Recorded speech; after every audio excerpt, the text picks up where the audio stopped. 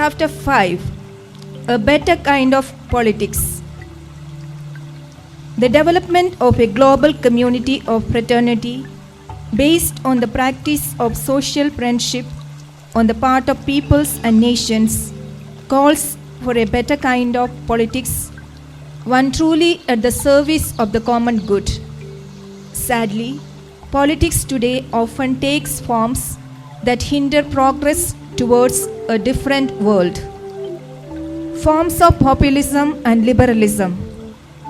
Lack of concern for the vulnerable can hide behind a populism that exploits them demagogically for its own purposes, or a liberalism that serves the economic interests of the powerful.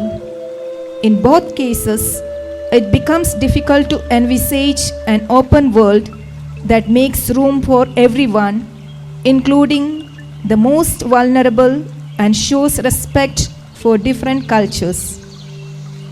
Popular versus populist.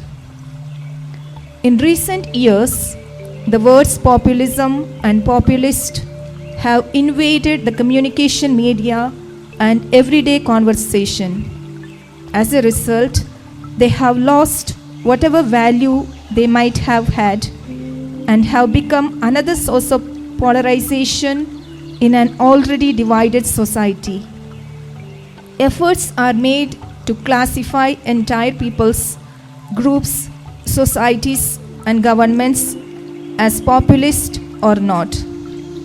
Nowadays, it has become impossible for someone to express a view on any subject without being categorized one way or the other, either to be unfairly discredited or to be praised to the skies. The attempt to see populism as a key for interpreting social reality is problematic in another way. It disregards the legitimate meaning of the word people. Any effort to remove this concept from common parlance could lead to the elimination of the very notion of democracy as government by the people. If we wish to maintain that society is more than a mere aggregate of individuals, the term people proves necessary. There are social phenomena that create majorities as well as mega trends and communitarian aspirations. Men and women are capable of coming up with shared goals that transcend their differences and can thus engage in a common endeavor. Then too, it is extremely difficult to carry out a long-term project unless it becomes a collective aspiration. All these factors lie behind our use of the words people and popular. Unless they are taken into account together with a sound critique of demagoguery, a fundamental aspect of social reality would be overlooked. Here, there can be a misunderstanding. People is not a logical category, nor is it a mystical category, if by that we mean that everything the people does is good, or that the people is an angelic reality. Rather, it is a mythic category. When you have to explain what you mean by people, you use logical categories for the sake of explanation, and necessarily so. Yet, in that way, you cannot explain what it means to belong to a people. The word people has a deeper meaning that cannot be set forth in purely logical terms. To be part of a people is to be part of a shared identity arising from social and cultural bonds. And that is not something automatic, but rather a slow, difficult process of advancing towards a common project. Popular leaders, those capable of interpreting the feelings and cultural dynamics of a people and significant trends in society, do exist. The service they provide by their efforts to unite and lead can become the basis of an enduring vision of transformation and growth that would also include making room for others in the pursuit of the common good. But this can degenerate into an unhealthy populism when individuals are able to exploit politically a people's culture under whatever ideological banner for their own personal advantage or continuing grip on power, or when at other times they seek popularity by appealing to the basest and most selfish inclinations of certain sectors of the population. This becomes all the more serious when, whether in cruder or more subtle forms, it leads to usurpation of institutions and laws. Closed populist groups distort the word people, since they are not talking about a true people. The concept of people is in fact open-ended, a living and dynamic people, a people with future, is one constantly open to a new synthesis through its ability to welcome differences. In this way, it does not deny its proper identity, but is open to being mobilized, challenged, broadened, and enriched by others, and thus to further growth and development. Another sign of the decline of popular leadership is concern for short-term advantage. One meets popular demands for the sake of gaining votes or support, but without advancing in an arduous and constant effort to generate the resources people need to develop and earn a living by their own efforts and creativity. In this regard, I have made it clear that I have no intention of proposing an irresponsible populism.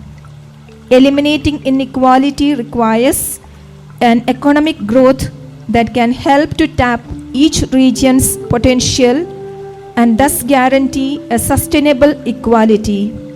At the same time, it follows that welfare projects which meet certain urgent needs should be considered merely temporary responses. The biggest issue is employment, the truly popular thing, since it promotes the good of the people, is to provide everyone with the opportunity to nurture the seeds that God has planted in each of us, our talents, our initiative, and our innate resources.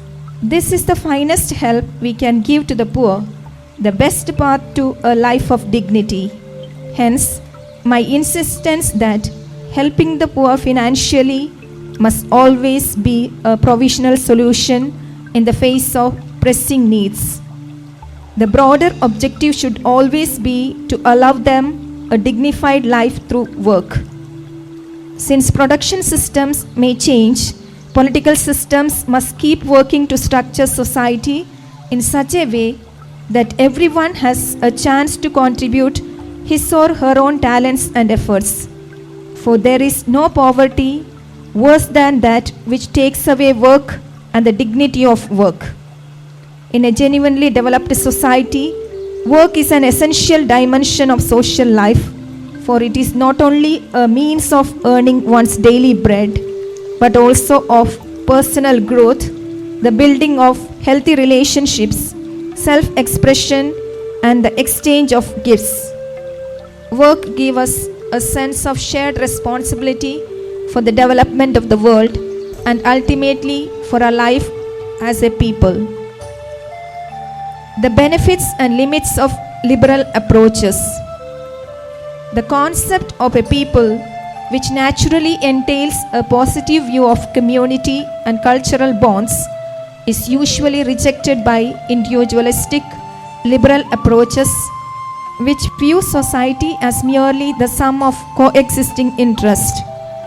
One speaks of respect for freedom, but without roots in a shared narrative. In certain contexts, those who defend the rights of the most vulnerable members of society tend to be criticized as populist. The notion of a people is considered an abstract construct, something that does not really exist. But this is to create a needless dichotomy. Neither the notion of people nor that of neighbor can be considered purely abstract or romantic in such a way that social organization, science, and civic institutions can be rejected or treated with contempt. Charity, on the other hand, unites both dimensions, the abstract and the institutional, since it calls for an effective process of historical change that embraces everything: institutions, law, technology, experience, professional expertise, scientific analysis, administrative procedures, and so forth. For that matter, private life cannot exist unless it is protected by public order. A domestic hearth has no real warmth unless it is safeguarded by law, by a state of tranquility founded on law, and enjoys a minimum of well-being ensured by the division of labor, commercial exchange, social justice, and political citizenship. True charity is capable of incorporating all these elements in its concern for others. In the case of personal encounters, including those involving a distant or forgotten brother or sister, it can do so by employing all the resources that the institutions of an organized, free, and creative society are capable of generating. Even the Good Samaritan, for example, needed to have a nearby inn that could provide the help that he was personally unable to offer. Love of neighbor is concrete and squanders none of the resources needed to bring about historical change that can benefit the poor and disadvantaged.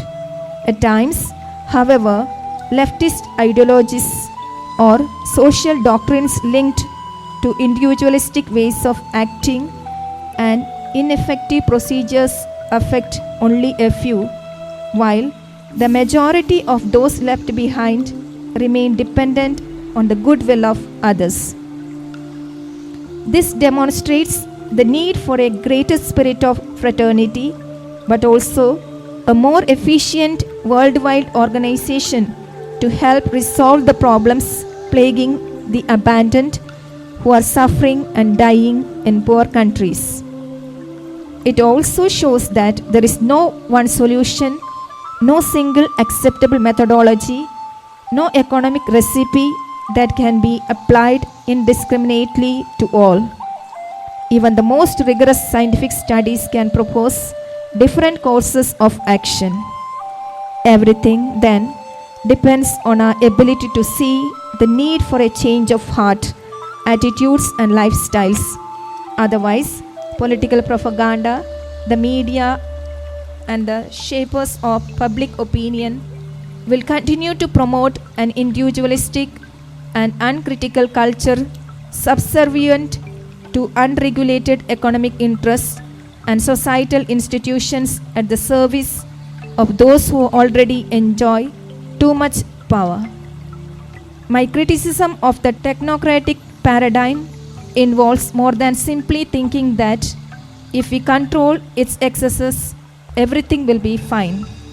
The bigger risk does not come from specific objects, material realities, or institutions, but from the way that they are used. It has to do with human weakness, the proclivity to selfishness that is part of what the Christian tradition refers to concupiscence, the human inclination to be concerned only with myself, my group, my own petty interests. Concupiscence is not a flaw limited to our own day. It has been present from the beginning of humanity and has simply changed and taken on different forms down the ages, using whatever means each moment of history can provide. Concupiscence, however, can be overcome with the help of God. Education and upbringing, concern for others, a well-integrated view of life and spiritual growth, all these are essential for quality human relationships and for enabling society itself to react against injustices, aberrations, and abuses of economic, technological, political, and media power. Some liberal approaches ignore this factor of human weakness. They envisage a world that follows a determined order and is capable by itself of ensuring a bright future and providing solutions for every problem.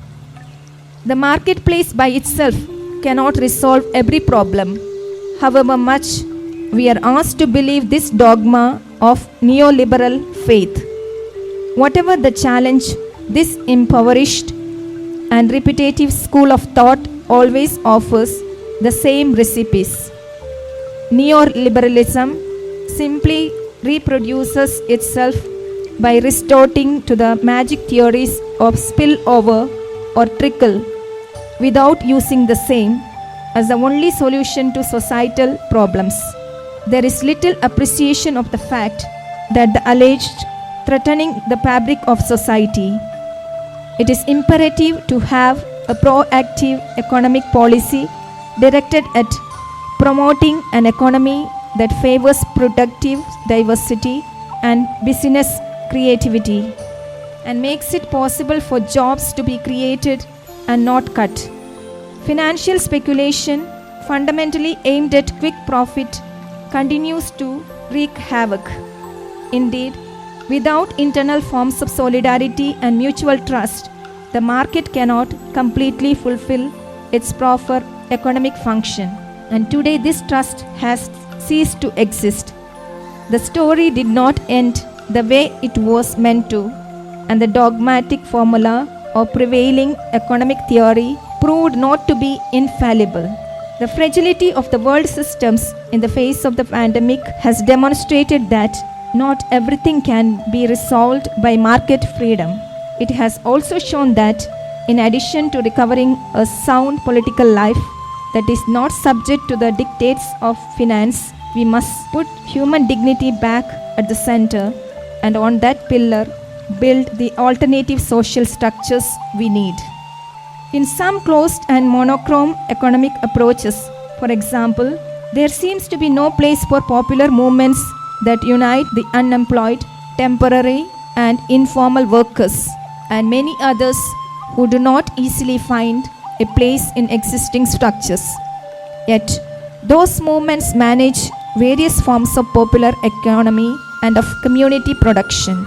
What is needed is a model of social, political, and economic participation that can include popular movements and invigorate local, national, and international governing structures with that torrent of moral energy that springs from including the excluded in the building of a common destiny, while also ensuring that these experiences of solidarity which grow up from below, from the subsoil of the planet, can come together, be more coordinated, keep on meeting one another.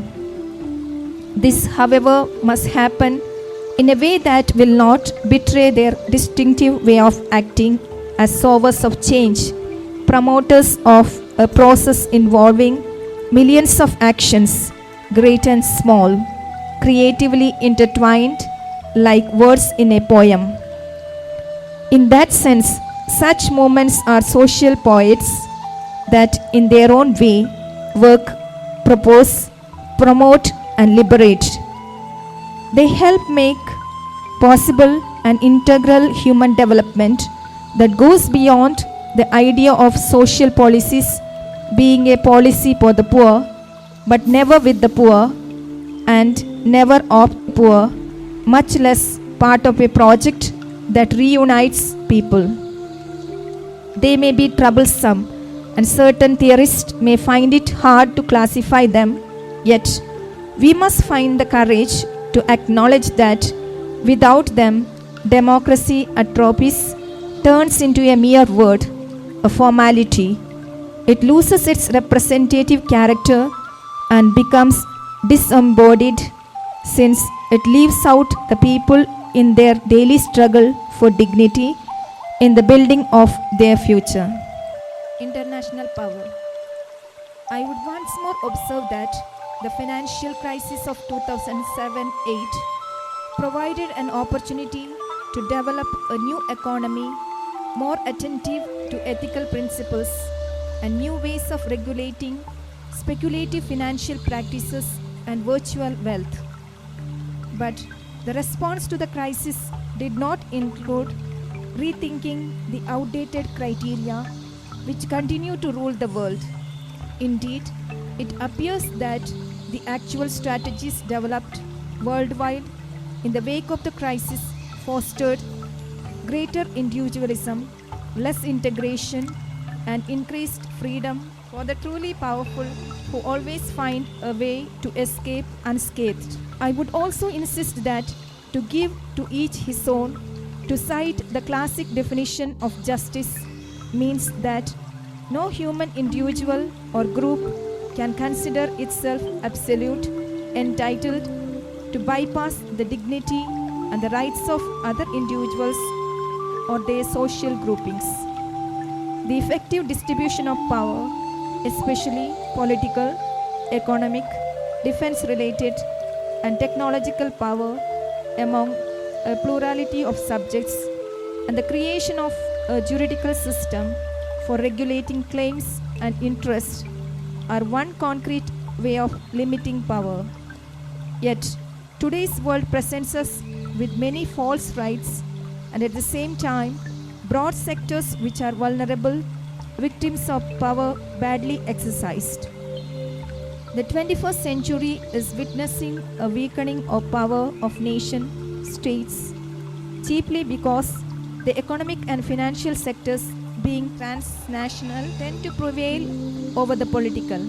Given this situation, it is essential to devise stronger and more efficiently organized international institutions with functionaries who are appointed fairly by agreement among national governments and empowered to impose sanctions. When we talk about the possibility of some form of world authority regulated by law, we need not necessarily think of a personal authority.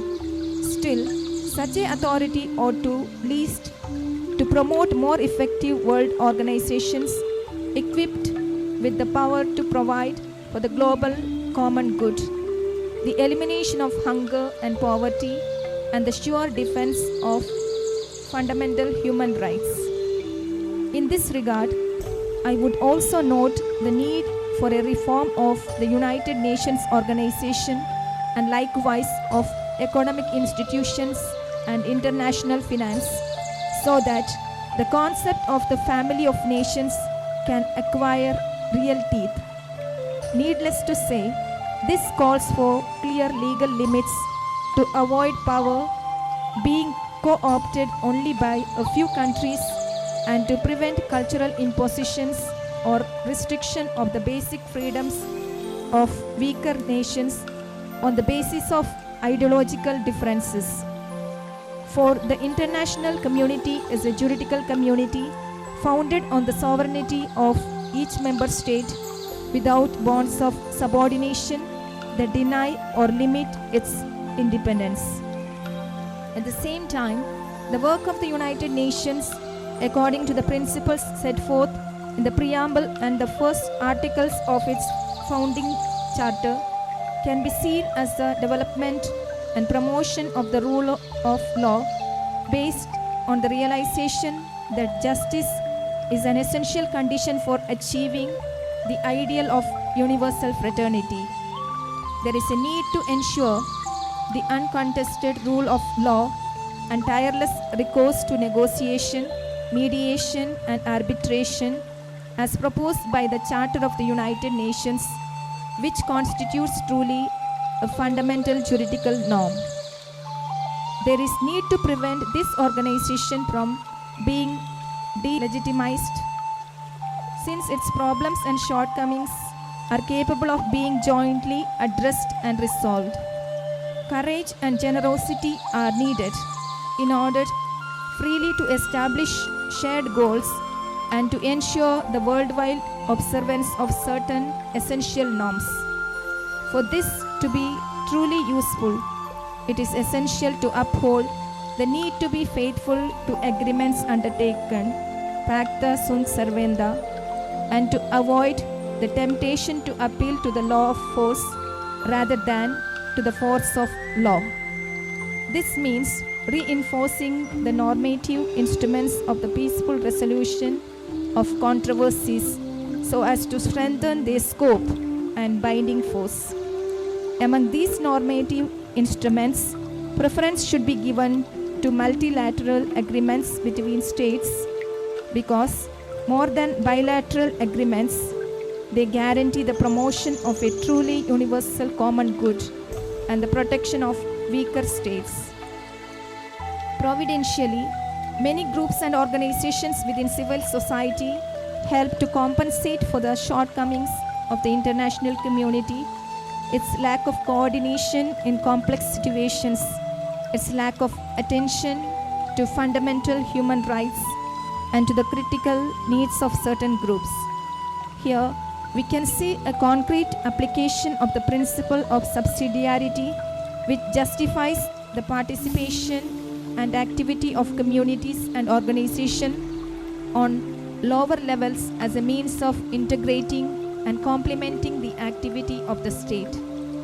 These groups and organizations often carry out commendable efforts in the service of the common good, and their members at times show true heroism, revealing something of the grandeur of which our humanity is still capable.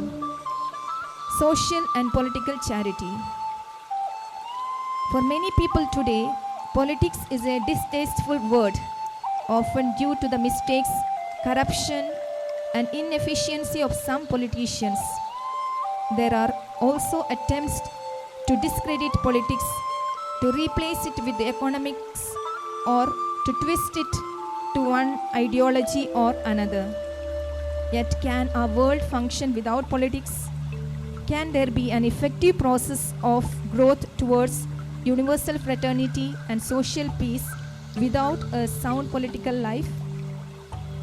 The politics we need. Here, I would once more observe that politics must not be subject to the economy, nor should the economy be subject to the dictates of an efficiency-driven paradigm of technocracy. Although misuse of power, corruption, disregard for law, and inefficiency must clearly be rejected, economics without politics cannot be justified, since this would make it impossible to favor other ways of handling the various aspects of the present crisis. Instead, what is needed is a politics which is far-sighted and capable of a new, integral, interdisciplinary approach to handling the different aspects of the crisis. In other words, a healthy politics capable of reforming and coordinating institutions, promoting best practices, and overcoming undue pressure and bureaucratic inertia. We cannot expect economics to do this, nor can we allow economics to take over the real power of the state. In the face of many petty forms of politics focused on immediate interest, I would repeat that true statecraft is manifest when, in difficult times, we uphold high principles and think of the long-term common good. Political powers do not find it easy to assume this duty in the work of nation building, much less in forging a common project for the human family now and in the future. Thinking for those who will come after us does not serve electoral purposes, yet it is what authentic justice demands. As the bishops of Portugal have taught, the earth is to lend to each generation to be handed on to the generation that follows. Global society is suffering from grave structural deficiencies that cannot be resolved by piecemeal solutions or quick fixes. Much needs to change through fundamental reform and major renewal. Only a healthy politics involving the most diverse sectors and skills is capable of overseeing this process. An economy that is an integral part of the political, social, cultural, and popular program directed to the common good could pave the way for different possibilities which do not involve stifling human creativity and its ideals of progress, but rather directing that energy along new channels. Political love. Recognizing that all people are our brothers and sisters and seeking forms of social friendship that include everyone is not merely utopian. It demands a decisive commitment to devising effective means to this end. Any effort along these lines becomes a noble exercise of charity, for whereas individuals can help others in need, when they join together in initiating social processes of fraternity and justice for all, they enter the field of charity as its most vast, namely political charity. This entails working for a social and political order whose soul is a social charity. Once more, I appeal for a renewed appreciation of politics as a lofty vocation and one of the highest forms of charity in as much as it seeks the common good. Every commitment inspired by the Church's social doctrine is derived from charity, which according to the teachings of Jesus is a synthesis of the entire law. This means acknowledging that love overflowing with small gestures of mutual care is also civic and political, and it makes itself felt in every action that seeks to build a better world. For this reason, charity finds expression not only in close and intimate relationships, but also in macro relationships, social, economic, and political. This political charity is born of a social awareness that transcends every individualistic mindset. Social charity makes us love the common good. It makes us effectively seek the good of all people, considered not only as individuals or private persons, but also in the social dimension that unites them. Each of us is fully a person when we are part of a people. At the same time, there are no peoples without respect for the individuality of each person.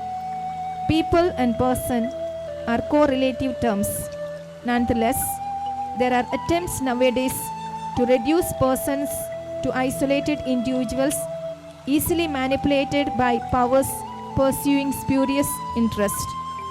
Good politics will seek ways of building communities at every level of social life in order to recalibrate and reorient globalization and thus avoid its disruptive effects. Effective love. Social love makes it possible to advance towards civilization of love to which all of us can feel called. Charity, with its impulse to universality, is capable of building a new world. No mere sentiment, it is the best means of discovering effective paths of development for everyone. Social love is a force capable of inspiring new ways of approaching the problems of today's world, or profoundly renewing structures, social organizations, and legal systems from within. Charity is at the heart of every healthy and open society, yet today it is easily dismissed as irrelevant for interpreting and giving direction to moral responsibility. Charity, when accompanied by a commitment to the truth, is much more than personal feeling and consequently need not fall prey to contingent subjective emotions and opinions. Indeed, its close relation to truth fosters its universality and preserves it from being confined to a narrow field divide of relationships. Otherwise, it would be excluded from the plans and processes of promoting human development of universal range in dialogue between knowledge and praxis. Without truth, emotion lacks relational and social content.